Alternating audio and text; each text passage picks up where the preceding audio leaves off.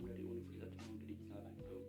Ini saya ingin bertujuan untuk dua tujuan. Yang pertama untuk mengikuti tugas evaluasi akhir semester dia pada mata kuliah Pancasila, dan yang kedua untuk memberi tanggapan mengenai pemilu 2024. Pelaksanaan pemilu 2024 disambut baik oleh masyarakat sejak akhir tahun lalu. Publik juga telah memperlihatkan dinamika yang menarik untuk diamati.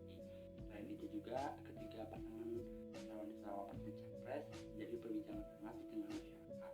Dengan berlangsungnya 5 kali debat cawapres dan capres digelar oleh Komisi Pemilihan Umum atau KPU sebagai salah satu cara agar masyarakat bisa menentukan pilihannya sendiri. Salah satu indikator yang mengukur keberhasilan juga yaitu sebuah forum debat itu sendiri kemudian mendorong perdebatan berikutnya setelah forum itu diselenggarakan. Menurut saya kalau kita nilai debat 1, 2, 3, saya kira itu juga terdapat sudah ada. Jadi menunjukkan bahwa meskipun desainnya sangat terbatas karena sudah diatur oleh undang-undang pemilu, itu menimbulkan tidak adanya perdebatan publik. Putaran debat telah menghasilkan respon yang baik dan menarik. Selain itu juga visi dan misi dan program yang evaluasi pun ternyata tersampaikan baik dan diingat oleh publik. Dengan demikian, debat capres dan cawapres tetaplah merupakan forum formal dengan terbatas, tidak bisa sepenuhnya menjadi acuan bagi masyarakat. Elaborasi pun secara di luar sesi debat, bahkan terkritik setiap pasangan calon cawapres dan capres juga perlu menjadi pertimbangan. Dan mengapa perdebatan publik kelanjutan perlu terjadi? Karena sudah disurvei secara pelaksanaannya ada mempengaruhi juga bagi pilihan masyarakat, namun berbeda dengan pelaksanaannya pemilu sebelumnya.